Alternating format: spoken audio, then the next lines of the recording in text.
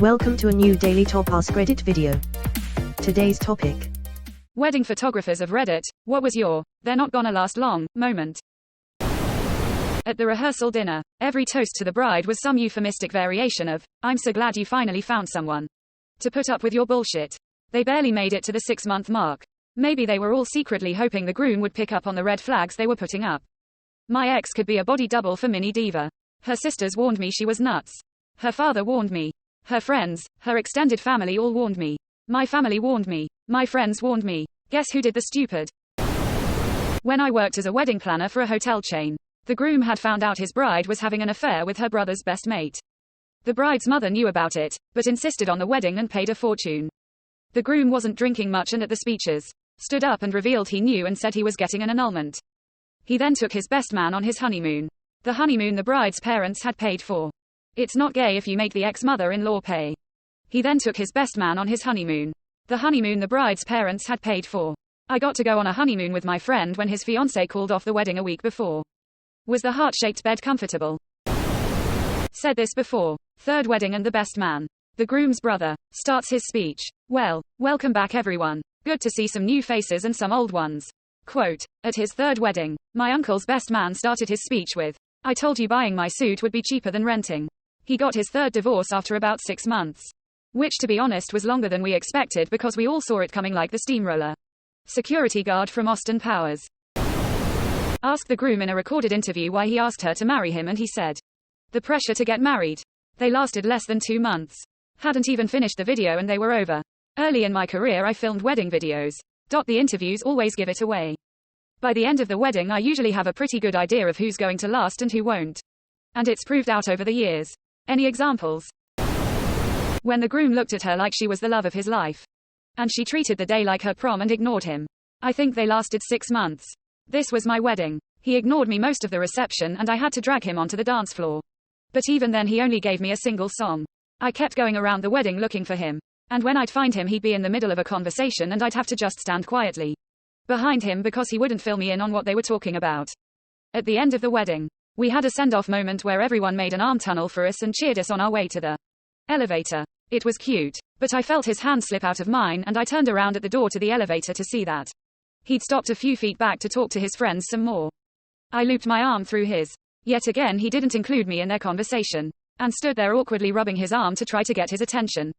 When I finally managed to get his attention, I think I cracked a joke to the whole group about, we have to go consummate the marriage or it isn't legal. See Weil at the after party. Quote, he raised his voice at me, saying that I was tearing him away from his friends. He had spent all day and night with his friends. I just wanted to take a turn.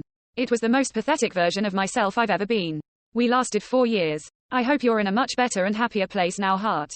I met with potential clients to go over the details of the wedding and to see if we would be a good fit to work together. I tried to schedule something at a cafe, but they insisted on me coming to their house. When I arrived, there was a 5-gallon Home Depot bucket of dirty diapers on the front porch.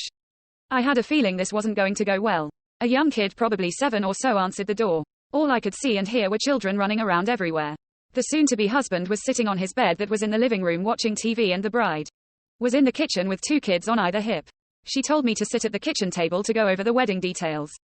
She shouted at her fiancé to come and join the meeting where he didn't acknowledge that I was there to talk about shooting their wedding. The bride was annoyed, then asked if I saw the bucket full of dirty diapers on the porch. I said that I had. And she said her fiancé has so many kids with other women that is the only place to keep them so they don't stink up the house. I did not take the job. I always wondered what happened to that couple. We are doing fine and have 2 buckets now. She said her fiancé has so many kids with other women that is the only place to keep them so they don't stink up the house. And yet she decides to marry him. Most people would consider those clues. I knew a guy once who I believe was a genuine actual psychopath. Incredibly charming right up until he turned terrifying. He had 4 kids by different women at the age of 22. I saw him once quite literally sneak one girlfriend out the back door while another was coming in the front. He started seeing a girl I knew from school. I told her what I knew. She knew about the kids and his somewhat criminal activities, but she stayed in total denial about the other women.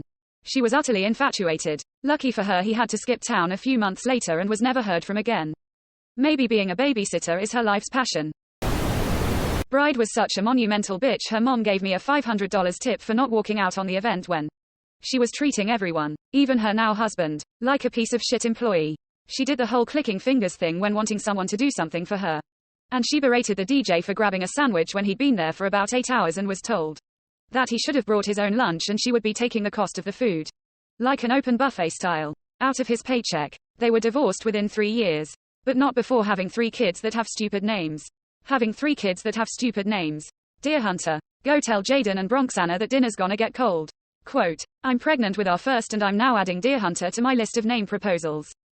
Not only does this add weight to the names I want my partner to lean towards, but also it will make him laugh.